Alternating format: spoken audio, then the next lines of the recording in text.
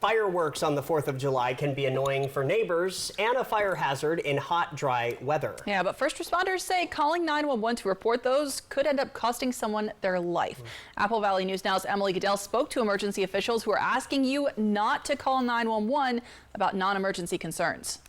On a typical day, Suncom 911 gets 450 to 500 calls. Last year, our call volume for 4th of July was right around 900. Even with an extra dispatcher, it's 6 people handling them all. And the biggest complaints?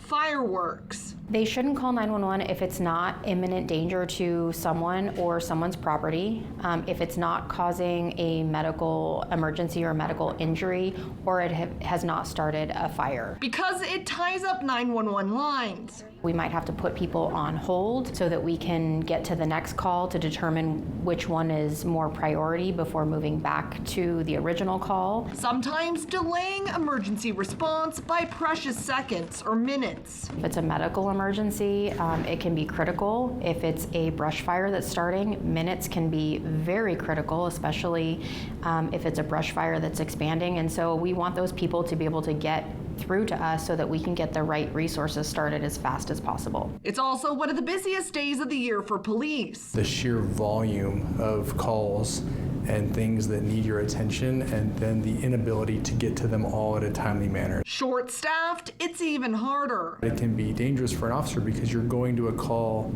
by yourself where you don't have the typical amount of backup that you usually would. Shooting off fireworks has been illegal in the city of Yakima since 1982, punishable by up to 90 days in jail and or a $250 fine. But when it comes to the hundreds of non-emergent fireworks calls, we can hear it, we can see it, but at the same time we have people who are in legitimate need of the police, who are being harmed, and those will always take priority. So we are aware, but you're not going to probably see an officer come to just confiscate every firework that's being shot off. It's unrealistic.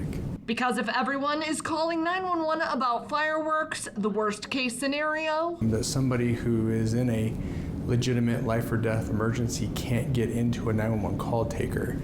And every moment of delay could be a life. To prevent that, you can report fireworks online on YakBack or call non-emergency dispatch at 509-248-4020. In Yakima, Emily Goodell, Apple Valley News Now. Now, first responders say there is an exception to this rule. You should still call 911 immediately if fireworks have started a fire or if they have caused serious injury.